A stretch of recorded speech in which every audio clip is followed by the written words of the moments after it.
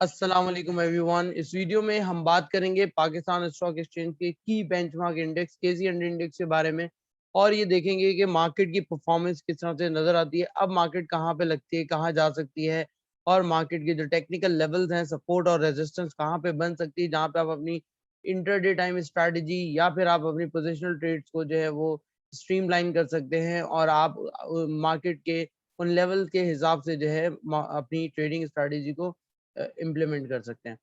So market के कुछ statistics को देखते हैं, जिसके अंदर सबसे पहले तो इंडेक्स का की लेवल जो कि 46,399 पे आ चुका है, जो कि आज से पहले तकरीबन 47,000 से ऊपर पे ट्रेड कर रहा था, वो आज 46,399 के लेवल पे आ गया।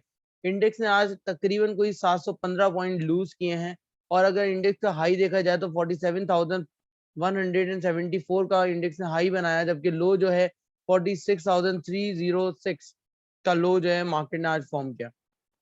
मार्केट को एंड के ऊपर थोड़ी बहुत रिकवरी मिली, लेकिन अगर हम देखें तो मार्केट ओपनिंग के बाद से ही काफी ज्यादा डाउन थी और उसके बाद मार्केट कंटिन्यूसली थोड़ी सी रिकवरी दिखाने के बाद जो है मार्केट फिर से उसी डर फेज के अंदर चली गई, जहाँ पे मार्केट को काफी ज्यादा प्रेशर जो देखने को मिला। अगर वॉल्यूम टर्म्स की बात की जाए तो KC100 इंडेक्स के अंदर 130.934 मिलियन शेयर्स का काम हुआ, जबकि ऑल शेयर मार्केट की बात की जाए तकरीबन 434.639 मिलियन शेयर्स का काम हुआ है। तो वॉल्यूमेट्रिक साइड के ऊपर मार्केट काफी बेहतर है, मतलब वॉल्यूम जनरेट हुआ है, ऐसा नहीं है कि वॉल्यूम जनरेट नहीं हुआ। अब आते हैं, बात करते हैं टॉप एक्टिव स्टॉक्स में, जिसके अंदर टेली जो कि काफी ज्यादा स्ट्रॉन्ग परफॉर्मर था, लेकिन उसके अंदर भी मार्केट की वजह से हिट पड़ी। FNEL, WTL, WGL, TPLP, service fabric, HMNL, TPL, बाइको, ये वो तमाम स्टॉक्स हैं जिन्होंने वॉल्यूमेट्रिक टर्म्स के अंदर काफी ज्यादा वॉल्यूम जनरेट किया है ओवरऑल मार्केट के अंदर। अब आते हैं, बात करते हैं कौन सी ऐसी कंपनीज हैं जिन्होंने पॉजिटिव कंट्रीब्यूशन किया था इंडेक्स के अंदर, कौन सी ऐसी कंपनीज हैं जिन्होंने नेगेटिव कंट्रीब्यूशन जो है वो किया है। तो यहाँ पे बात की जाए अभी, तो TRG, HUBC, UBL, PPL, OGDC, HBL, Engro, ये वो तमाम कंपनी जिन्होंने मार्केट को काफी ज्यादा नीचे की तरफ ड्रैग किया है। एज कंपेयर के पॉजिटिव साइड पे फौजी फर्टिलाइजर कंपनी है, एटलस होंडा है, दाऊद हरकुलिस है, शकरगंज लिमिटेड है, पाकिस्तान ऑयल फील्ड है, पैकेजेस है। तो इन्होंने मार्केट को थोड़ा बहुत सपोर्ट किया है इतनी ज्यादा डाउन साइड मार्केट के अंदर। अब आते हैं इंपॉर्टेंट चीज जिसको कहते हैं टेक्निकल लेवल्स मार्केट के, जो कि काफी इंपॉर्टेंट है। जैसे कि आप यहाँ पे क्लियरली देख सकते हैं, अगर आप हमारी प्रीवियस वीडियो को फॉलो कर रहे हो तो आपने ये चीज देखी होगी कि हमने इस पॉइंट को हाईलाइट किया था कि ये एक पॉइंट है मार्केट का जो कि ट्रिगर पॉइंट बन सकता है, जहाँ पे मार्केट ने जो है वो लास्ट फ्राइडे पे शूटिंग स्टार कैंडल जो है वो फॉर्म की थी और वेरी नेक्स्ट डे उस चीज की कंफर्मेशन दी कि मार्केट जो है वो डाउन साइड के ऊपर जो मूव कर सकती है, जिसकी बेसिस के ऊपर जो है वो आपको आगाह किया गया कि यहाँ पे मार्केट के अंदर जो है वो मल्टीपल चीजों के हिसाब से बताया गया कि यहाँ पे मार्केट के ऊपर ध्यान रखना चाहिए। एक और चीज भी हमने हाईलाइट की थी कल के टाइम पे कि ये मार्केट का एक सपोर्ट एरिया है स्ट्रॉन्ग, अगर मार्केट इसको ब्रेक करती है तो फिर मार्केट के अंदर जो है वो डल फेज जो है हमें देखने को मिलेगा। अब पॉइंट ये है कि मार्केट ने, अगर आप यहाँ पे देखो तो टेक्निकल जो स्ट्रक्चर है मार्केट का, उसके हिसाब से मार्केट ने अपनी जो स्ट्रॉन्ग रेजिस्टेंस थी उसको यहाँ पे ब्रेकआउट दिया था, but that could be a false breakout और मार्केट वापस से नीचे की तरफ डिक्लाइन करके। अब कहा तो यही जा रहा है और मार्केट के अंदर जो एक सेंटिमेंट बिल्ड हुआ है ग्रेजुअली, वो बिल्ड यही हुआ है कि मार्केट के अंदर पॉजिटिविटी आ सकती है। आज IMF और पाकिस्तान की न्यूज के ऊपर जो है मार्केट के अंदर काफी ज्यादा प्रेशर देखने को मिला, जिसकी क्लैरिफिकेशन भी हो गई कि ऐसी कोई चीज नहीं हुई है, अभी भी डील्स हैं वो ऑन कार्ड्स ही है, मींस के चल रही हैं और पॉजिटिव डील्स हैं वो हो जाएगी IMF इन पाकिस्तान की। एक तो ये साइड है जहाँ पे पैनिक क्रिएट किया गया, आर्टिफिशियल आप कह लें जो भी कह लें, लेकिन दूसरी साइड ये है जिसको इग्नोर नहीं किया जा सकता है, वो है इंटरेस्ट रेट और मॉनेटरी पॉलिसी के अनाउंसमेंट। तो मॉनेटरी पॉलिसी की अनाउंसमेंट जो है वो काफी मेजर ट्रिगर हो सकता है मार्केट के लिए। यहाँ तक कि कुछ लोग जो हैं या कुछ एनालिस्ट आप कह लें या मार्केट एक्सपर्ट हैं वो ये बात भी कर रहे हैं कि ऐसा बहुत ज्यादा सीवियर इम्पैक्ट मार्केट के ऊपर नहीं देखा जाएगा इंटरेस्ट रेट मॉनेट के हाइक का। तो ऐसा जनरली पास्ट में रहा नहीं है कि अगर इंटरेस्ट रेट बढ़ा हो तो उसमें मार्केट का कोई इम्पैक्ट आया ना हो। फिल वक्त के लिए ही सही, टेम्परेरी बेसिस के ऊपर जैसे कि हम बात करें तो टेम्परेरी बेसिस पे भी मार्केट के अंदर डाउन साइड देखी जा सकती है। अब पॉइंट ये है जो इम्पोर्टेंट, जो कि मैं हाईलाइट करना चाहूंगा, और वो पॉइंट यहाँ पे आ जाता है कि एक तो हमारे पास ये रेजिस्टेंस है, आप देख सकते हैं, फिर ये रेजिस्टेंस है। अब यहाँ पे जो है एक बार ब्रेकआउट देने के बाद जो है फॉल्स रेजिस्टेंस, फॉल्स सपोर्ट जो कि मार्केट ने ब्रेक कर दी, ये वाला एरिया, ये मार्केट के लिए अब बन चुका है रेजिस्टेंस। अगर मार्केट यहाँ से ऊपर की तरफ पुश करती भी है और मार्केट का ये एक कह लें कि हॉरिजॉन्टल सपोर्ट अगर मार्केट की बनती है, जो कि है 46,300 का एरिया, जो कि मार्केट ने ऑलमोस्ट आज लो भी तकरीबन 46,306 का लो बनाया। अब मार्केट इस लो को मेंटेन भी करती है और रीबाउंड करती भी है, तो एक्सपेक्टेडली 46,900 और 47,000 नाउ बिकम अ की और critical resistance level for market.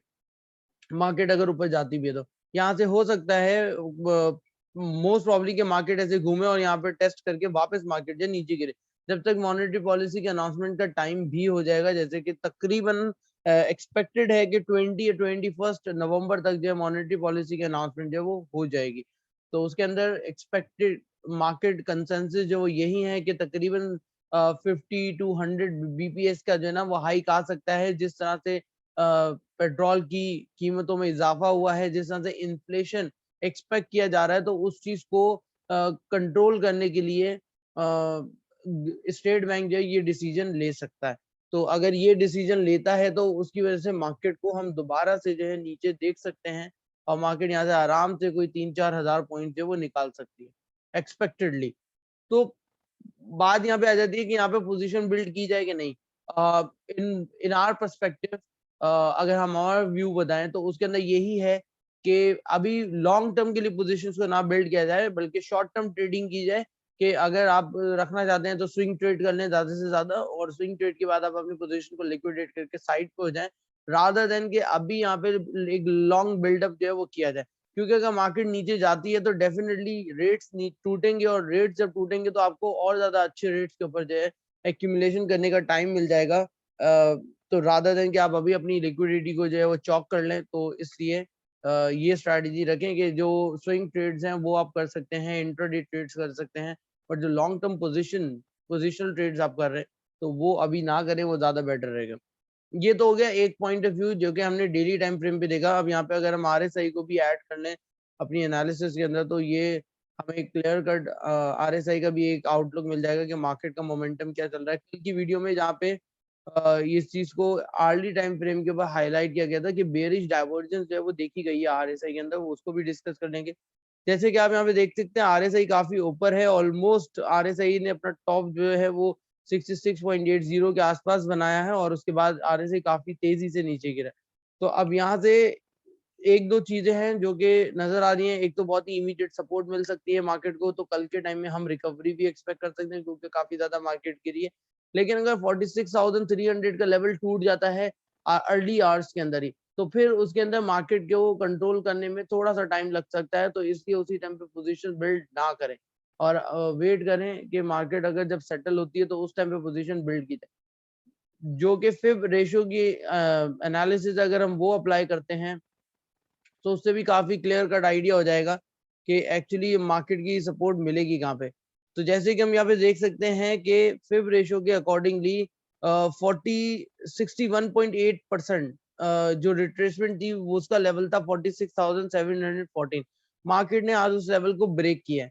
Market का जो नेक्स्ट लेवल बनता है, जिसको आप कह सकते हो कि 50% का रिट्रेसमेंट सपोर्ट है मार्केट का, 50% के ऊपर आके जो है वो सपोर्ट मिलेगी, तो उसको अगर देखा जाए तो ये लेवल है मार्केट का सपोर्ट का। तो ये अब अगर मार्केट जो है 46,300 को तोड़ती है, तो now onward 46,000 is the biggest support for market, कि मार्केट उसको जो है वो सस्टेन रखे। अगर मार्केट उसको सस्टेन नहीं कर पाती है तो फिर मार्केट के लिए थोड़ा सा डेंजर हो जाएगा। लेकिन फिर वक्त एक्सपेक्टेशन यही है कि अभी तक तो 46,000 जो है वो बिगेस्ट सपोर्ट है। आप यहाँ पे देख सकते हो कि लास्ट टाइम मार्केट यहाँ पे रुकी भी थी, और फिर उसके बाद मार्केट ने यहीं से ब्रेकआउट दिया था, और फिर मार्केट ऊपर चलना स्टार्ट हुई थी। तो ये एक इम्पॉर्टेंट लेवल है 46,000 का मार्केट के लिए सपोर्ट का। तो जो इंटरडे वाले हैं वो 46,300 के नीचे पे बाइंग ना करें, और जो री बाइंग एरिया बनेगा मार्केट का with the hope of sustainability, तो उस टाइम पे 46,000 का एक की एरिया बन सकता है जहाँ पे आप रीबाइंग का सोच सकते हैं। उसके बाद चांसेस होंगे कि मार्केट जो है तकरीबन फिर से दोबारा से 47 की 47,000 की तरफ जो है वो निकल सके। तो ये इम्पोर्टेंट सपोर्ट है अगर यहाँ पे मार्केट रुक जाती है तो। लेकिन अगेन अनसर्टेनिटी जो है वो मार्केट के अंदर ड्यू टू इन्फ्लेशन है और इसमें कोई शक नहीं है। और दूसरा ये कि इंटरेस्ट रेट जब बढ़ता है तो इंटरेस्ट रेट बढ़ने के जो कॉन्सिक्वेंसेज होते हैं वो मार्केट के ऊपर नेगेटिव ही आते हैं, पॉजिटिव नहीं आते हैं। फिलवक्त हमारी मार्केट में जितनी दफा भी इंटरेस्ट रेट जो है वो हाइक हुआ है हमारी मार्केट के अंदर, तो उसने नेगेटिव ही रिस्पॉन्ड किया है। तो यहाँ पे भी हम ये एक्सपेक्ट कर सकते हैं कि अगर इंटरेस्ट रेट बढ़ेगा तो मार्केट जो है वो नेगेटिव ही रिस्पॉन्ड करेगी। जब तक मॉनेटरी पॉलिसी की अनाउंसमेंट नहीं आ जाती तब तक एक लॉन्ग पोजीशन बिल्ड करना आई बिलीव के it's not a wise option. So hopefully कि एवरीवन अंडरस्टैंड दैट कि आपको अभी लॉन्ग टर्म पोजीशंस के ऊपर काम नहीं करना चाहिए कि मैं लॉन्ग टर्म के लिए लेके रख लूं। अगर मार्केट थोड़ा नीचे गिर जाती है और रेट आपको और अट्रैक्टिव मिल जाते हैं तो इसमें कोई बुराई नहीं है कि आप थोड़ा सा होल्ड कर लें। और कंडीशन भी हमारे सामने है कि किस तरह से मार्केट चल रही है। इसको लेके चलते हैं इंट्राडे टाइम फ्रेम में आर्ली चार्ट के ऊपर और यहाँ पे देखते हैं कि मार्केट का जो बिहेवियर है वो किस तरह का नजर आ रहा है। तो अगर आर्ली चार्ट पे बात की जाए तो सबसे पहले तो मैं एक लाइन ड्रॉ करना चाहूंगा जो कि एक सपोर्ट लाइन है।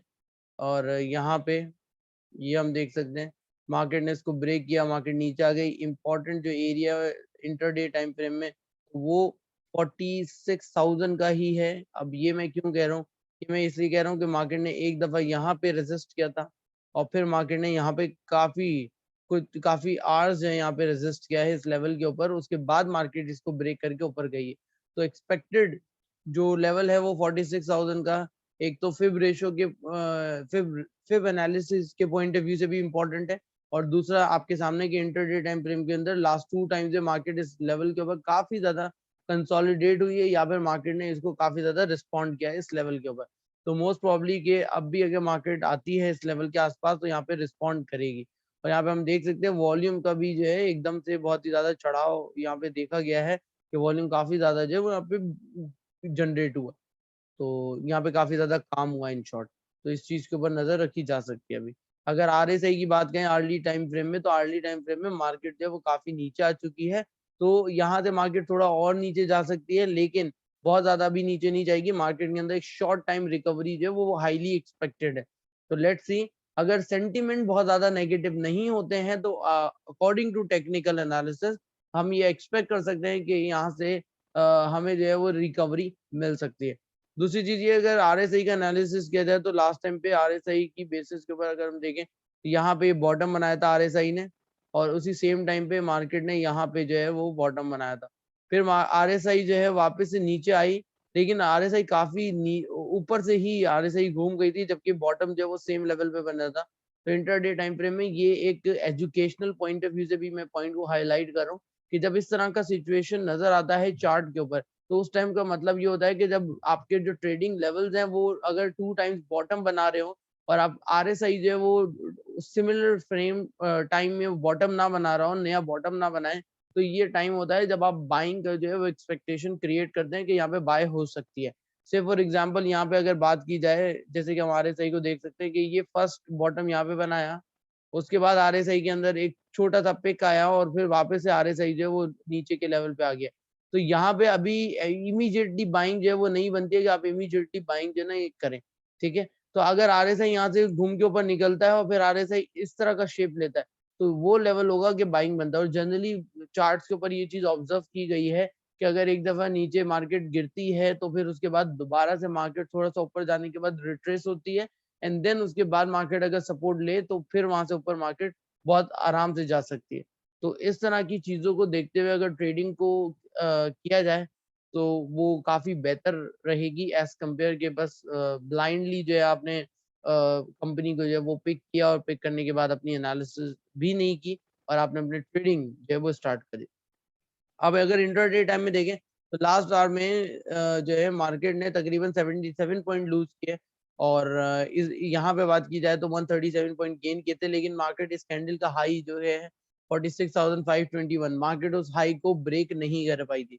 तो ये एक नेगेटिव साइड है कि इमीडिएट जो मार्केट के लिए रेजिस्टेंस बन सकती है वो ये वाला एरिया हो सकता है कि अगर मार्केट इस 46,521 के लेवल को ब्रेक नहीं कर पाती है, तो डेफिनेटली मार्केट के अंदर प्रेशर जो है वो बिल्डअप हो जाएगा और मार्केट जो है गिरना स्टार्ट कर देगी।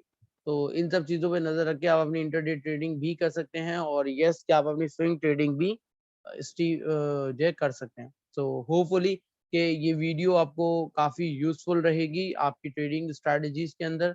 एंड अगर आपको वीडियो पसंद आई हो तो कमेंट करके ज़रूर बताइएगा और चैनल को सब्सक्राइब कर लें अगर आपने अभी तक सब्सक्राइब नहीं किया है और बेल आइकन को दबाना मत भूलिएगा जिससे आपको हमारी लेटेस्ट अपडेट सबसे पहले मिल सकेंगी। Thank you so much for watching this entire video.